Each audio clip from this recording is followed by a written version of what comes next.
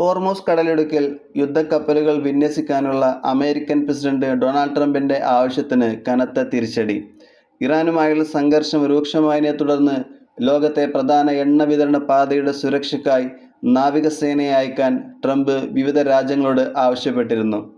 എന്നാൽ അമേരിക്കയുടെ പ്രധാന സഖ്യരാഷ്ട്രങ്ങളെല്ലാം ഈ ദൗത്യത്തിൽ പങ്കെടുക്കാനില്ലെന്ന് വ്യക്തമാക്കിയിരിക്കുകയാണ്. സ്വന്തം ഊർജ്ജ വിതരണപാത സംരക്ഷിക്കാൻ രാജ്യങ്ങൾ മുന്നോട്ട് വരണമെന്ന് ട്രംപ് വാദിച്ചെങ്കിലും നേരിട്ടൊരു യുദ്ധത്തിലേക്ക് കടക്കാൻ സഖ്യരാഷ്ട്രങ്ങൾ തയ്യാറായിട്ടില്ല. ട്രംപിൻ്റെ ആവശ്യം ജർമ്മനി പൂർണ്ണമായും തള്ളി. നിലവിലെ സംഘർഷത്തിൽ തങ്ങൾ പങ്കാളികളാകില്ലെന്നാണ് ജർമ്മൻ വിദേശകാര്യമന്ത്രി വ്യക്തമാക്കിയത്. ഹോർമൂസ് കടലിടുക്കിലേക്ക് കപ്പലുകൾ അയക്കില്ലെന്ന് ഓസ്ട്രേലിയൻ ഗതാഗത മന്ത്രി കാതറിൻ കിങ്ങും മാധ്യമങ്ങളോട് പറഞ്ഞു. നിലവിലെ സാഹചര്യത്തിൽ ഒരു നാവിക സുരക്ഷാ ഓപ്പറേഷനെക്കുറിച്ച് ചിന്തിക്കുന്നേയില്ലെന്നാണ് ജപ്പാൻ പ്രതിരോധ മന്ത്രി ഷിൻജിറോ കൊയ്സുമി അറിയിച്ചത്. പ്രശ്നബാധിത മേഖലകളിലേക്ക് കപ്പലുകൾ അയക്കാൻ പ്രധാനമന്ത്രി കീർ സ്റ്റാമറിന് താൽപ്പര്യമില്ലെന്ന് ട്രംപ് തന്നെ മാധ്യമങ്ങളോട് സമ്മതിച്ചിരുന്നു.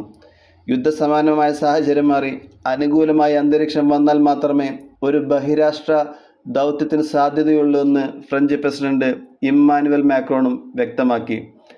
ചൈന, ദക്ഷിണ കൊറിയ തുടങ്ങിയ രാജ്യങ്ങളും ഈ വിഷയത്തിൽ വ്യക്തമായ തീരുമാനമെടുക്കാൻ തയ്യാറായിട്ടില്ല.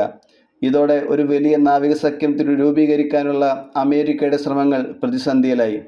അതേസമയം സഖ്യരാഷ്ട്രങ്ങളുടെ പിന്തുണ ലഭിച്ചില്ലെങ്കിലും ഈ പിന്മാറ്റം അമേരിക്ക ഓർക്കുമെന്ന മുന്നറിയിപ്പാണ് ട്രംപ് നൽകിയത്. ആഗോള എണ്ണ വിപണിയടക്കം ബാധിക്കുന്ന ഈ വിഷയത്തിൽ അമേരിക്കയുടെ അടുത്ത നീക്കം എന്താകുമെന്നാണ് ലോകം ഉറ്റുനോക്കുന്നത്.